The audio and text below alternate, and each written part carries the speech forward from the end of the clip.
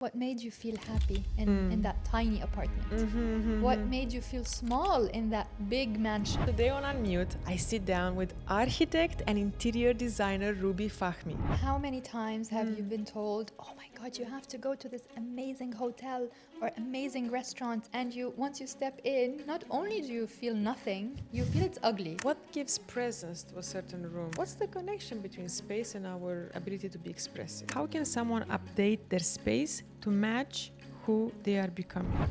Consider all these pieces that you see in all these shops, A, B, C, D, they're just letters.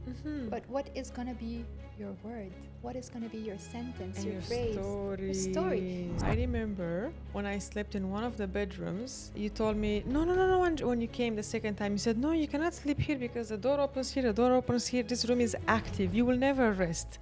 Let's say I just moved into a house. I cannot hire an interior designer. My life is just like in shambles. I can't really, get a hold of. I have so much on my plate, okay? And I cannot hire an interior designer. Well, this is the first thing you do. Your home shapes your confidence more than you think. Your home is not just where you live. It's the stage where you practice who you are every single day. And here is the truth.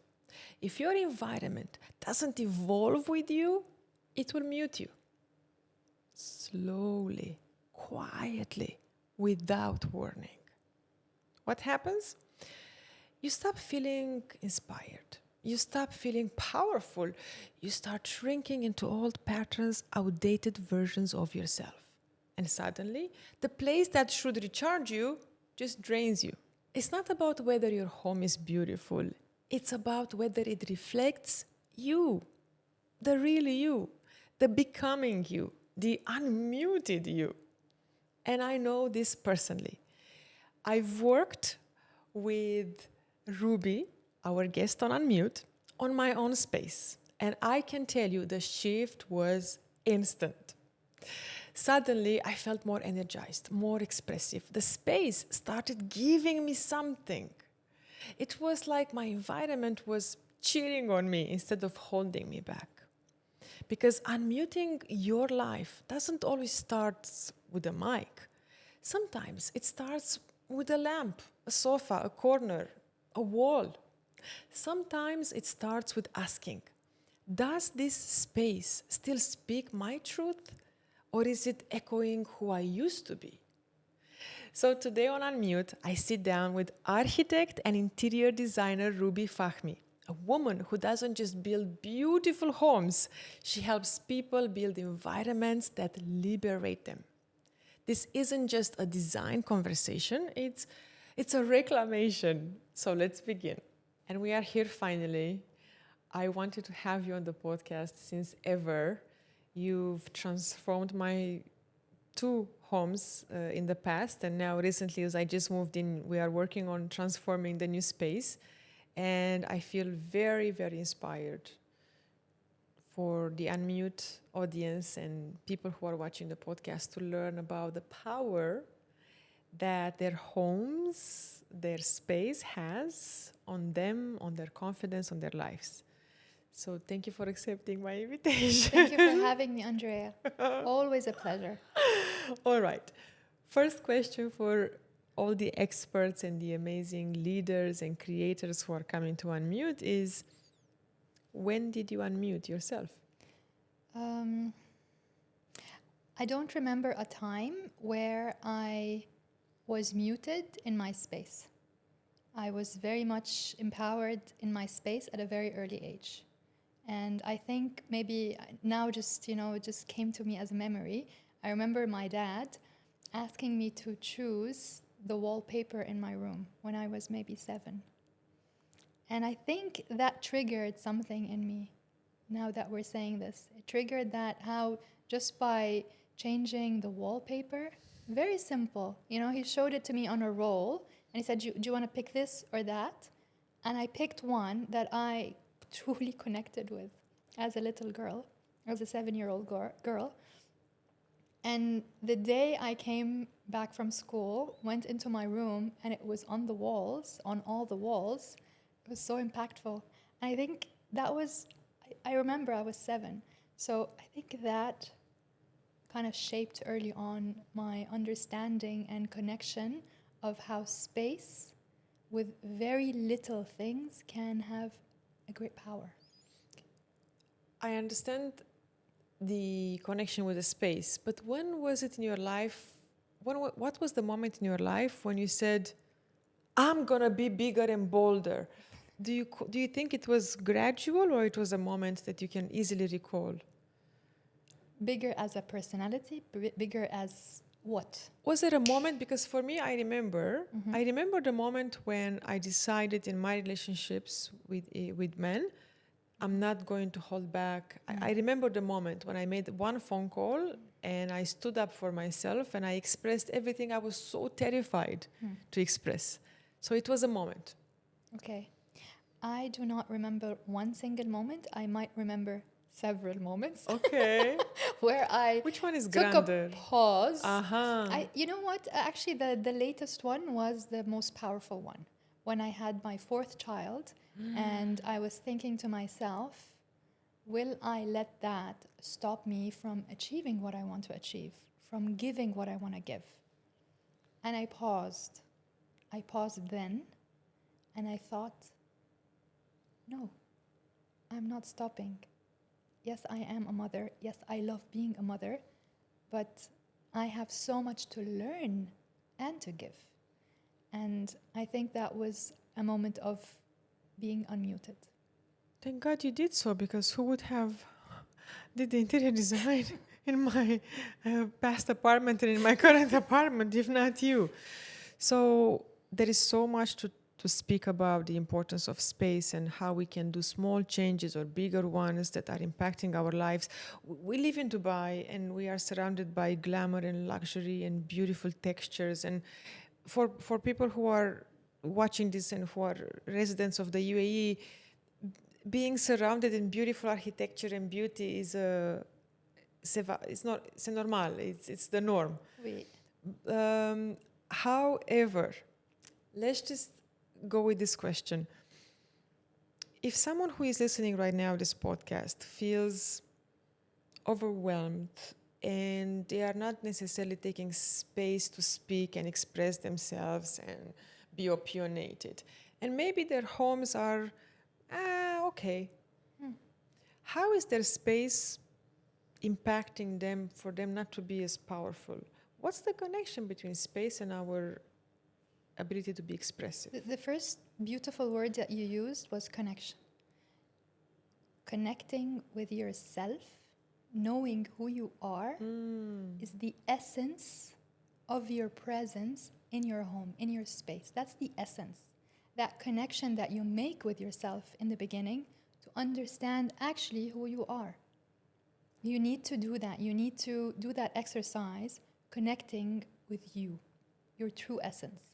Once you know that, once you're able to know that, because not everybody can actually have that easily. It doesn't come easily to everybody. Actually, it scares people to know themselves.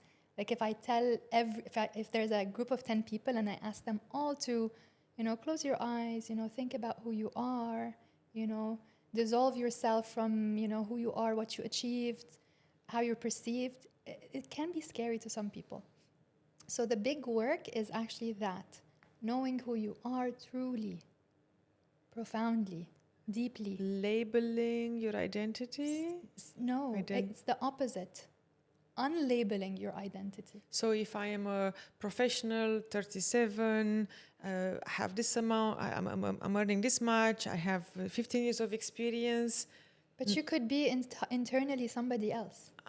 Internally, you could be somebody who is a very soft person. You could be outwardly a certain persona, but inwardly a completely different persona.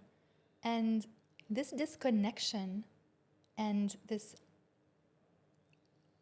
inability for some people to understand that there is a disconnection.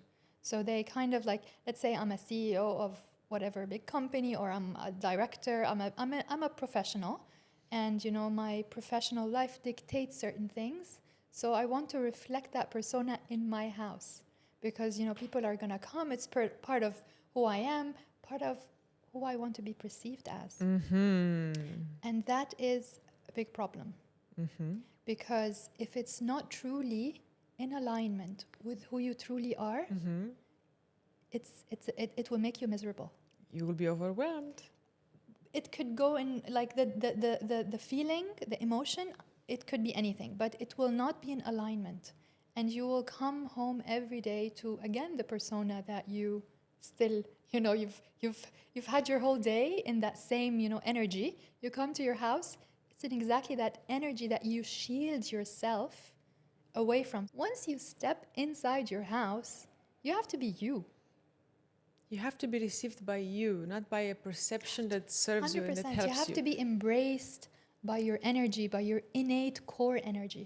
Even if a person knows themselves, they don't have the skill to translate that into the bed, the cushions, the carpet, the artwork, the lighting. Yes. That was my Yes. that was my Yeah, I'm trying to untangle that. issue. I'm trying to untangle that. And in that sense, Yeah. it's very similar to public speaking. A person has a clear idea of what they want to express, but when they are on stage in front of their employees, it doesn't come out as they imagine it. And it's the same with the person who says, I'm renting a new apartment, I'm buying this new apartment, this new house. You look through magazines and you're like, I want this style, I want these colors, and you go shopping and you scratch yourself because you're like, I don't really know what I'm doing, even though you do know who you are. So it's also a skill to translate the colors of your personality and how you are into a style. Not everyone has the skill. Yes, that's true. That's why most homes, though they have expensive, beautiful items, I've learned now from you. I've learned from you after all these years of friendship and of doing the interior design in my house. It lacks the harmony. It lacks. It lacks. It lacks. No matter how much you put in your house, if it's not intentional, it will not add. It will take away. I want to ask you a big favor. I didn't tell you this. This is new, yes. It's new. Surprise? It's just, I don't know if it's a surprise, but I want you to take people through a similar journey that you took me. So I found it fascinating, and I truly felt even more connected with me, with my home today, and with my homes. So you asked me, you remember the journey you are taking all your clients. So yes. in order for you to feel more at home in your home and more confident and really nourished and really wake up and enjoy your environment and leave home but wanting to come back home quickly, you can go through this exercise that you always share that can help you, give you more clarity. Yes. So one of the biggest things that I do with my clients is this exercise. It's called Connect with Your Story. And I purposely want people to remember their story, because it's very easy to get lost in all of the smaller stories that shape us. But there is a story to you. And I know sometimes it can become like a little bit scary when I ask people, it's like, we're gonna sit down, we're gonna do a session called Connect with Your Story, and 95% of the time they say, but I don't have a story, or my story is so boring. And I kid you not one story was boring. From all the clients I've met and sat down with, everybody thinks of their story because they've lived it, that it's not interesting, and that cannot be more far than the truth.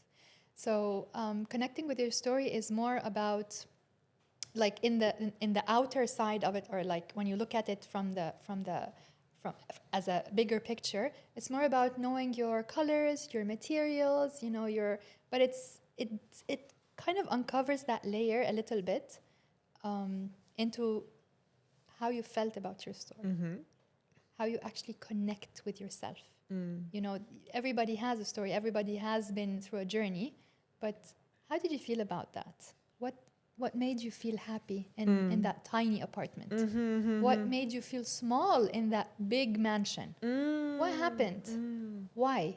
So that curiosity to speak about it, because usually when we talk about it, nobody really knows where it's going. Why are you asking me these questions? But in the end, they get the full picture of why I actually asked them these questions, how they felt, what triggered them, what made them happy, what made them safe. What happens after a person has decoded the story of the houses that they lived in, what made them safe, what they loved, what made them happy? What happens after you identify and you make this map?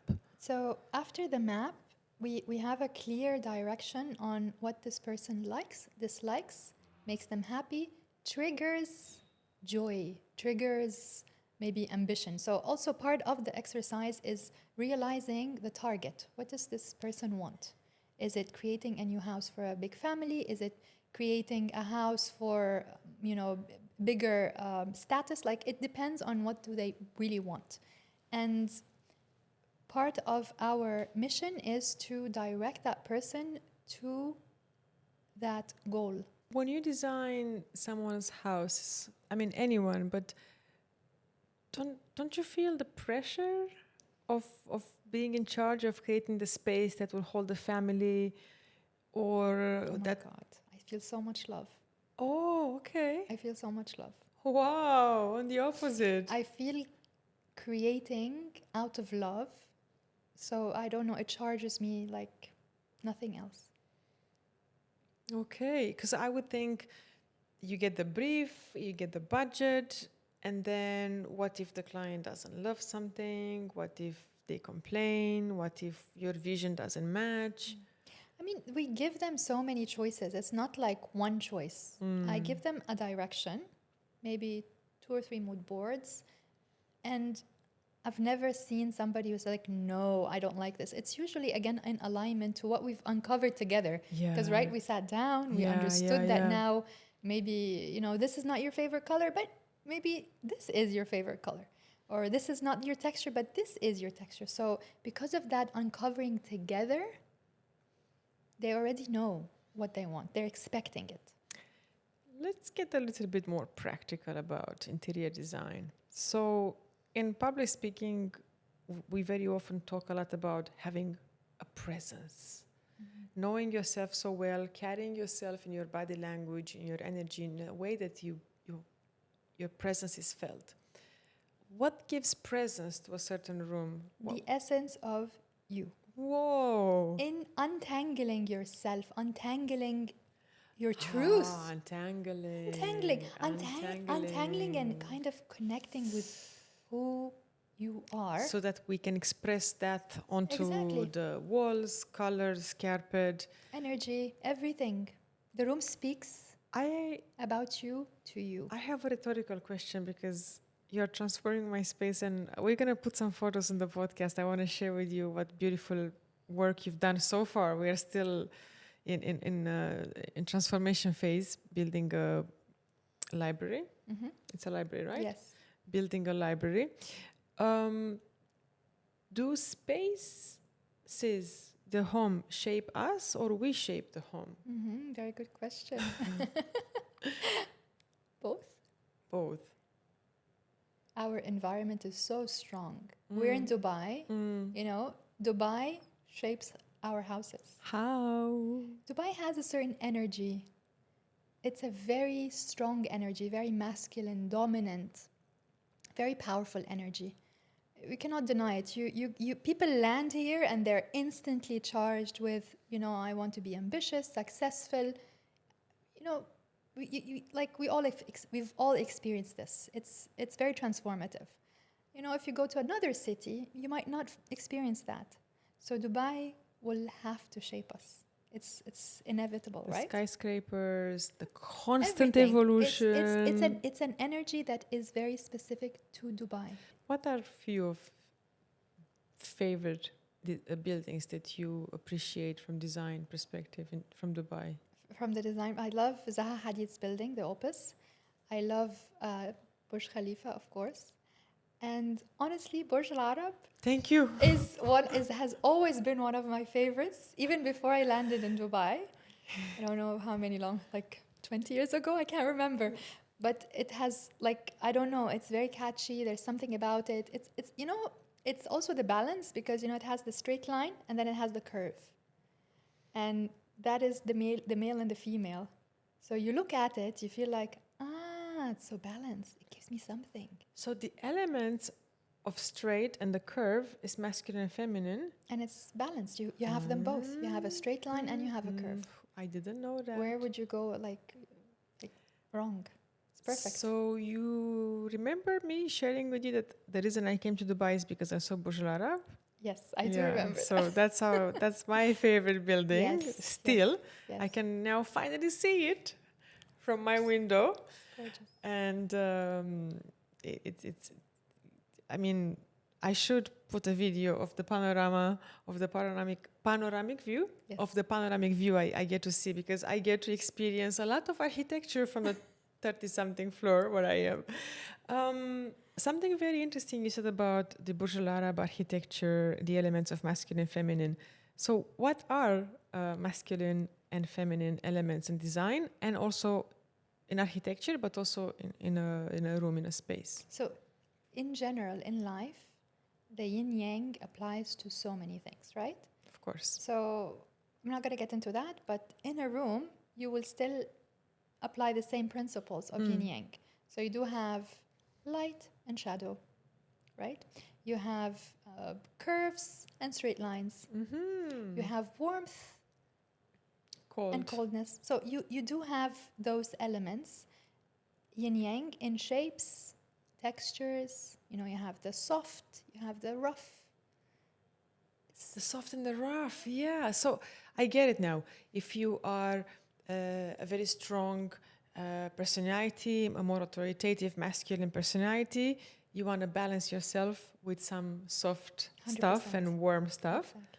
If you are very poetic, very dreamy, very artistic, you need a bit of rigid elements. You generally need both because you do want to also express yourself. It's not about just, finding the opposite element of who I am and, kind of replicating that and surrounding yourself with that. No, you want to also be true to yourself. Let's say I like pink. I want to have, this softness in me, but I wanted so much pink in my house. That's why I mentioned pink. Yeah. But I mean, I feel inside, a certain, emotion. I want to reflect it around me. I want to have it embrace me. And I still want an element of the yang. So I will still maybe, put something that is strong, powerful. There's so many things that now we're not in short of elements.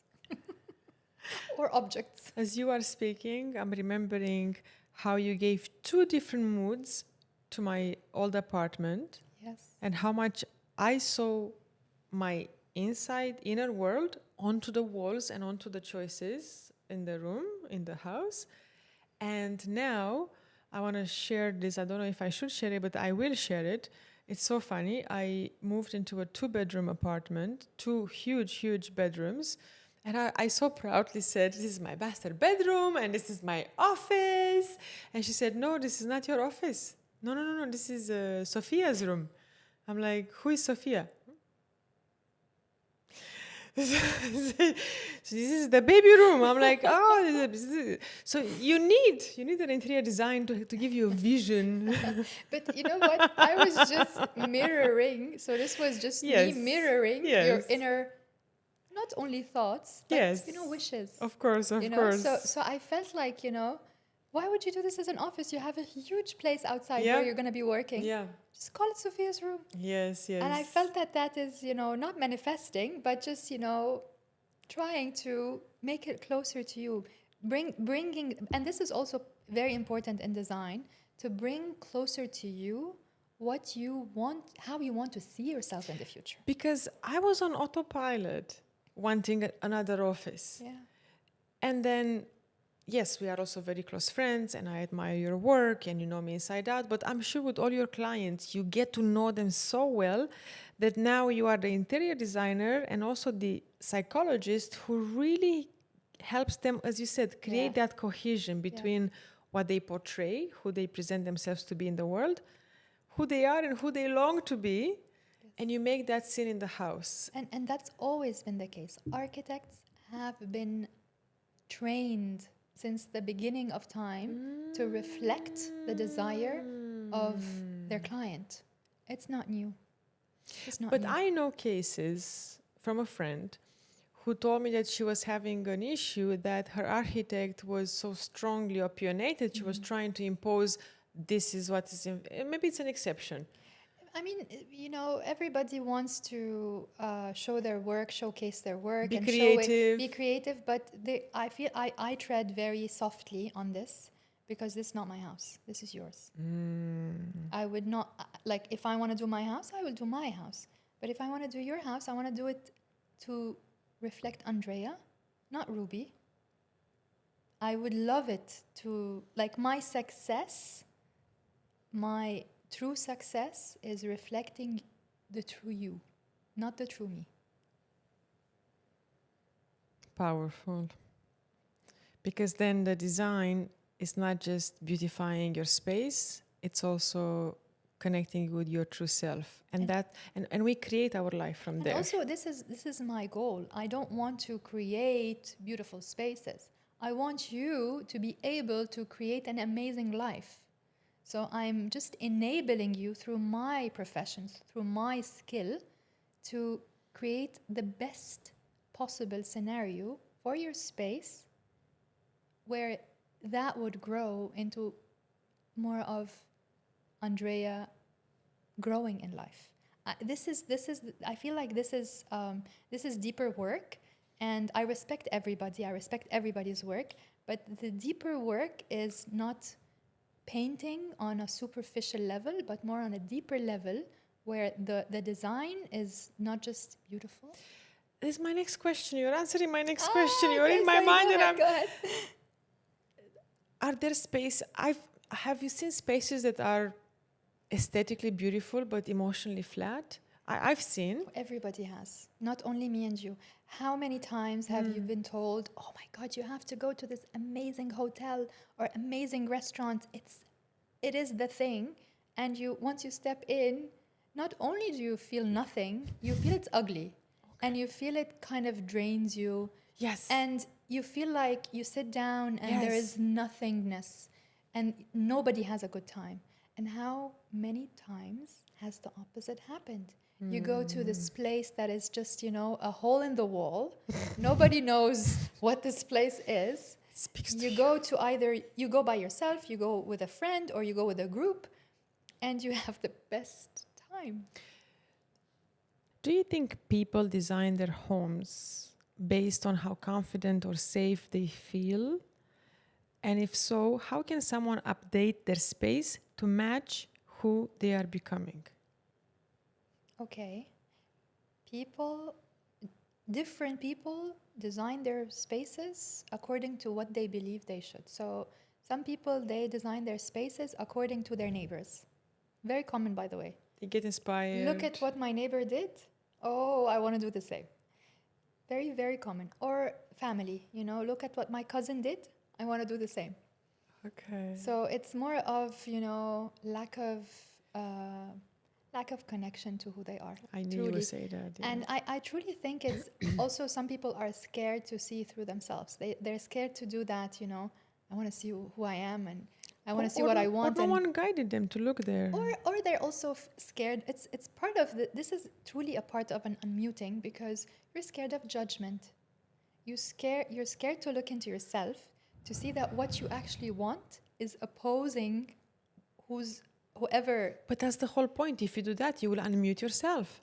But it takes courage. Not everybody understands that this is an exercise that they need to do. It's the easy way to just say, my cousin did this, or my brother did this, or my sister did this. So I'll just do what she did. It turned out beautiful. Everybody liked it, So it's much easier to do that, to follow, than to lead. Leading means looking into myself, thinking, oh, I am different. Not because of, what I learned, what I own, how am I perceived. It's more of who I am. What do I want to bring in this life? This is true to me, true to my essence. This is leadership. This is when you say, I don't care what everybody else is doing. This is who I am. And I want to do that. I want it to be reflected on my walls, on my doors, everywhere, because I connect with that. I love that. I love who I am. And I want to be more of that. I want to have more of that love. I want to step into my house, be embraced, be hugged by that love. Because I know it's true and genuine. I remember telling you that because of the magic that you created in my space and how happy I felt and I feel in my home, I feel that you are creating a womb that is constantly growing the person. How do you create this womb? I know it sounds boring, Let's but see. it's truly, truly, truly knowing who you are. So knowing who you are is kind of like the core that you build on. So this is the foundation. Let's say Andrea she's very feminine. Andrea is, she's a public speaker, but actually internally she's a little girl who wants to be. Tell everybody. I'm not. I'm just saying hypothetically. Fine. And Andrea needs love and pampering. That's what she needs. She just wants to go into her house and just, have that beautiful, breeze in her house. She recently helped me find a rose quartz table, and now that's the centerpiece of the house. We're gonna put a photo of it. It's like people have bracelets and necklaces. You found for me this incredible piece. Yes. And I'm so grateful that I have a rose quartz piece on which I can create. Yes. I wrote this for the podcast on it. But you know what? It's funny that you say that. I was with another client I was in a quarry, in a marble quarry. Sorry, not a marble quarry, a marble factory. I was in a factory and we were looking for something completely different. And, we were looking at different different pieces. And I spotted it. And I'm like, what is this? And the guy said, this is a rose quartz and I can do, pieces. I'm like, I know exactly where this will go. And I didn't know that you're going to move houses or you're going to need a new piece. But it kind of, it planted that seed because I know you and I know what you need and I know what you love and I know how this kind of complements so much inside you. But I mean, back to your question where how can people truly have that space that reflects them? They need to know who they are. The moment they untangle that, uncover that, discover where they are, who they are internally, that's like a compass. So that means that in whichever house we walk in, if the house is a bit more intentional and custom made, that said, the house says the owner, the person who rents or lives here or owns this place, is very much in touch with themselves, is in the place where they can invest in the interior design to reflect who they are inside. Exactly. Because it's very easy to walk in all the furniture stores, look at the layouts and say, I like this, I want this, which sometimes it's a good thing, but because we resonate. But consider them all, letters in an alphabet. Consider all these pieces that you see in all these shops, A, B, C, D. They're just letters. But what is going to be your word? What is going to be your sentence, and your phrase, story. your story? So the more you see them, they're all beautiful. They're all amazing. But are they all for you? Do they all tell your story? Not necessarily. And your ability to connect with yourself and actually to know who you are internally, that's the foundation, that's the core. The building blocks on top of that, of course, there has to be design elements that we use, but also making sure that the home is balanced and has a character. Got it. I want to solve one more problem for people, for whoever is watching. What if people are they just birthed a child, they are new parents? What if they had to leave a country and go to another one, and they are not in the space of creating a space, right? They are not in the space of arranging and decorating their house. what are the few things that we can do to harmonize a bit our home? First thing, of course, is decluttering. Uh-huh. And I have a very big stand on decluttering. Decluttering means getting rid of things, objects that do not serve you. But that does not mean at all getting rid of everything. Because also not treating, our world fairly, not being considerate to our world, and just throwing things is just so much in this alignment with us as humans living on this earth. So we need to be very conscious of our choices. What stays, what leaves, what is serving me, what doesn't serve me anymore. And also saying that, I'm also very conscious about what I buy. I'm not going to buy something just because it's cheap. Or on sale. Or on sale, or Guilty. I'm but- guilty. but- I'm but- guilty. But I mean, I've done it. this it's like fashion pollution. People buy, Consumerism, yeah. and then it's all dumped in a dumpster. Also, the same thing applies to furniture.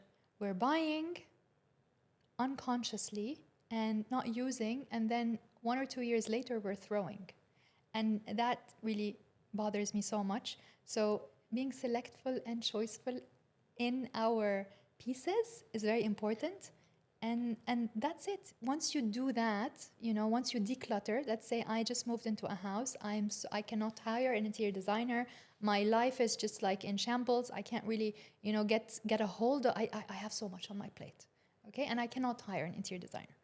Well, this is the first thing you do. You look at each object and say, is it serving me? Do I need it? Oh, I don't need it? Oh, then I'll give it to somebody else. Or I sell it. Or something. But the other pieces that still serve me, I will keep them. They're in good shape. I can refurbish them. I can, position them in a different way. As long as you ask yourself this question, does this object serve me? Yes? No? Before we close, I don't want to forget to ask you about the importance of the elements. So the wood, the water, can you quickly tell us how they impact us? Yes, of course. So according to the Chinese, there are 5 elements, 5 natural elements that they are in harmony. They are already in harmony, and they are already present in every single natural space. Not only are they present in our environment, they are actually present inside of us. So you have wood, fire, earth, metal, and water. These are 5 elements that are constantly shaping each other, giving rise to each other. They kind of balance each other. They balance the environment, the natural environment. They also balance us. The more you have these elements in balance, in harmony, of course, naturally, like real wood, real marble, like all these elements, but in their natural form, the more they also give harmony to you. They kind of speak to these parts in you internally. Wow. And you need that balance. If you go to any Chinese practitioners, Chinese medicine, they will tell you, which element is more dominant in you and how you need to balance that. Same thing applies to our environment. You need these 5 elements around you in the most natural form as possible. Not only that, you kind of need to be aware of how these elements are affecting you and affecting each other. And this also takes a little bit of work, but it's very impactful, extremely impactful. Of course, extremely impactful. Feng Shui is there for God knows how many thousands of years. Yeah. If someone is a little bit more shy, more introverted, not necessarily as flamboyant as some people, and eccentric and loud and composed, can they do something with their Feng Shui? Can they move somewhere else? To be extroverted? Yeah. No, that's impossible. No. But positioning and how you sleep, the direction of how you sleep, the direction of your main door, these are directions that are very much in tune with you. They affect you. Because these are directions that bring you certain energies. And the more you align yourself with your right directions, the more, again, we are doing the same thing, the same work, the more you are aligned and attuned to yourself. Every single person, according to their birth date and gender, has 4 directions that are favorable and 4 that are unfavorable. Okay. And you always want to align yourself with the favorable directions, because as a philosophy, these directions, they bring through them certain energies. How can someone calculate this? Like, you have to have a feng shui practitioner to calculate it for you. Okay, because there is your numbers and the Yes. map of the house. Exactly. Like you did for me. Exactly. So the map of your house, and then so the house has a map of its own, an energy map, and you have also your energy, your map. So they have to be aligned. If they are off balance, disaligned, you will feel that you cannot sleep, you cannot focus. Oh, what happened to this house? What is it bringing me? I remember when I slept in one of the bedrooms, you told me, no. When you came the second time, you said, no, you cannot sleep here because the door opens here, the door opens here. This room is active. You will never rest. And I immediately put a mattress in the other room where I was still waiting for the new bed. And I slept like a baby. And I was like, You see that room, the first room you were Yeah. sleeping in, it was directly in direct line with the door of the house. yeah. So that's a very strong energy that's coming into the house, and you sleeping in that room it's actually impossible. Like, this is a very nice room for maybe guests, somebody who's temporarily visiting an office, because it will always bring that strong energy. But if you want to sleep, you need to rest. And speaking of resting and muting and unmuting, we are creating the space in the house to invite more people, more workshops where we are going to unmute as many people as would want to be unmuted. That's the intention that you are helping me create. What is your message in closing for people who want to express themselves in their home? It's not easy. I understand, and I understand that we're bombarded and distracted with so many options. I understand that. I live also in this world. So the only way that you can actually build and design a house that speaks to you is by knowing you. So I know it's an exercise. I know it's a little bit, like not conventional, but truly having that moment where you pause and sit down with yourself and ask yourself. And maybe write it down. Write it down, but just have that conversation with yourself. What do I really want? Do I really want that, amazing, lavish, reception wall? Or what do I really want? Do I really need that amazing, Artwork. whatever? Like, is it something that speaks to me, or is it something else speaking to me? I'm not saying it's easy. It takes time, but it's necessary. All right. Before we tell people where they can connect with you, I want to tell you how I've connected with the true essence of Ruby Fahmi. And I want to read for you the following. To Ruby, the spaces you build and the truths you reveal. You don't just work with shape and line. You craft a space where people shine. Where walls don't cage, they hold with care, and beauty breathes in every chair. You know that homes are more than style. They mirror truths we hide a while. And when a room aligns with soul, it makes the muted spirit whole. You ask, does this reflect your now? And gently show us when and how.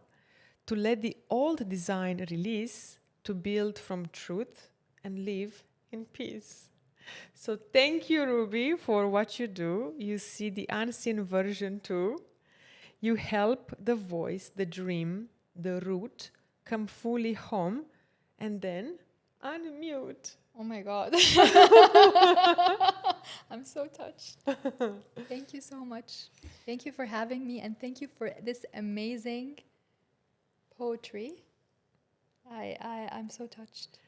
Thank you for designing my home, for helping me grow, and for designing the homes of all the wonderful people in your clients. And if people want to get in touch with you, they can find you on Instagram, The Wall. Yes, thewall.co. thewall.co. We're going to put the hashtags, not the hashtags, we're going to put the handle in the description. Of course. Thank you for helping more people unmute their houses and themselves. Thank you, my love. Thank you.